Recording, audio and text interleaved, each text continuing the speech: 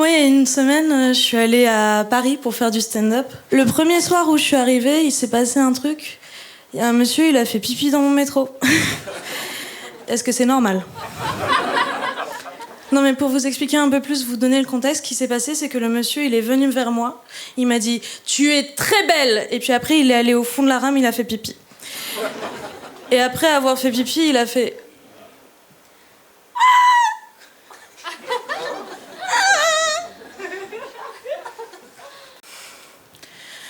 Est-ce que c'est ça l'effet que je fais aux hommes ?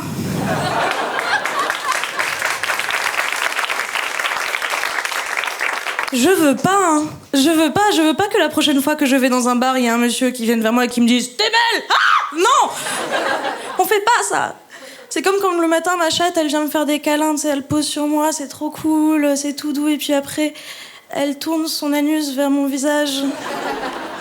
Et puis elle lâche un petit pé furtif en mode soufflé, genre... Je sais que je suis en manque d'amour. Est-ce que je désire vraiment celui-là ? Mais tout ce que je vous raconte est vrai, hein. Il m'a vraiment trouvée belle. Je pense que je peux le sauver. Non, c'est pas vrai. J'ai arrêté d'essayer de sauver des hommes en ce moment.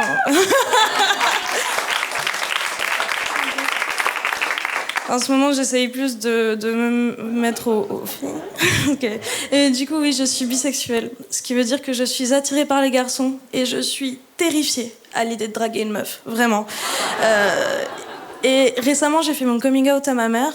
Et j'avais pas trop peur de sa réaction, mais elle a quand même réussi à me surprendre parce que la première phrase qui est sortie de sa bouche après que je lui ai dit « Maman, je suis bisexuelle » de cette manière-là, c'était « Oh, tu sais, c'est tellement difficile de trouver un bon coup. » Je comprends que tu mettes pas tous tes œufs dans le même panier, quoi. Merci pour elle. Mais je pense que c'était difficile de la surprendre. Je suis sûre qu'elle a préparé sa réplique. Bon, déjà, j'avoue, je l'ai emmenée dans un resto où il servait et des moules et des hot dogs. Enfin bref, mais un petit tapas comme ça. Et une flamme cuche. On sait pas pourquoi. Et aussi, c'est difficile de la surprendre avec des coming out parce que je suis pas le premier coming out de la famille. Mon grand-père est homosexuel. Et je sais ce que vous m'en demandez. Pourquoi elle existe ?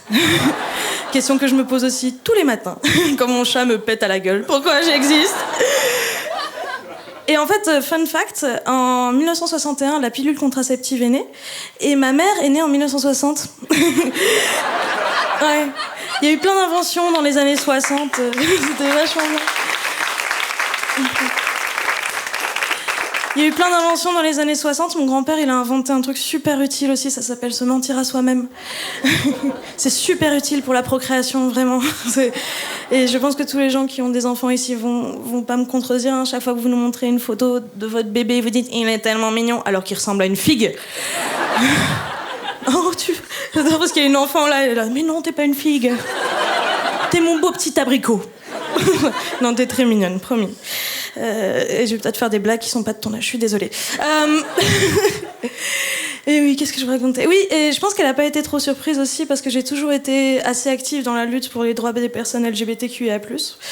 Pour ceux qui savent pas, LGBTQIA+, vous avez vu comme je le dis vite, ça veut dire lesbienne, gay, bi, trans, queer, intersexe, asexuel et plus, un petit peu plus, un peu plus.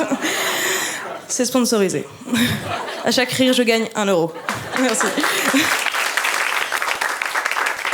Et voilà. Et je suis vraiment passée de la situation où j'avais vraiment envie d'aider des meufs queer à avoir les mêmes droits que moi, jusqu'à me rendre compte que peut-être à un moment, si j'étais d'accord, elle pourrait peut-être coucher avec moi. Et je me demande si c'est systématique, ce changement de situation dans les luttes militantes, de passer de vouloir aider des gens jusqu'à vouloir coucher avec eux. Et je commence à avoir très peur des gens qui luttent pour les droits des animaux. Vraiment.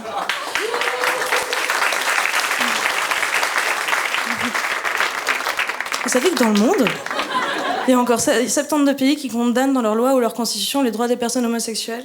Et moi, je suis allée checker la liste, parce que je prévois des vacances. Et je vais pas aller bronzer au Soudan, dommage.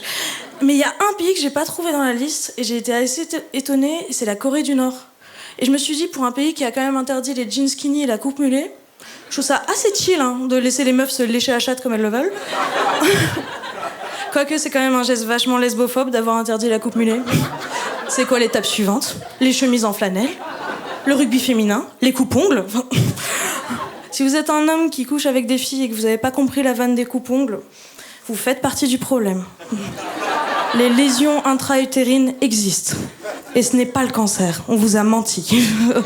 Vraiment, je suis sortie un moment avec un gars qui s'appelait Édouard. Au bout de 2 semaines, je le suis renommé Édouard Romain d'Argent, quoi. Ouais.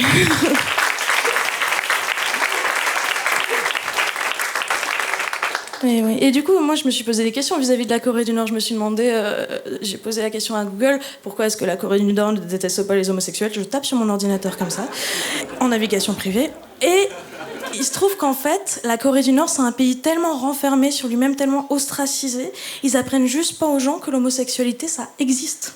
Quand il y a 2 mecs qui se tiennent la main dans les rues de Pyongyang, la capitale de la Corée du Nord, on estime juste que ce sont de très bons amis. Remarque, en Belgique, on a un peu le même genre de problème, et je vais vous laisser là-dessus. Genre, on a un peu le même genre de problème quand il y a 2 meufs qui s'enroulent en soirée à côté d'un mec hétéro.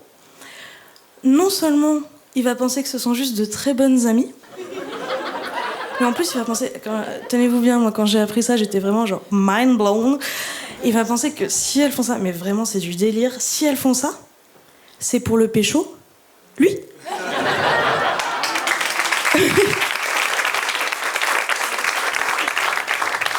Mais frérot, moi si j'ai envie d'un McDo, je vais pas aller lécher la vitrine du Quick en face, ça n'a aucun sens.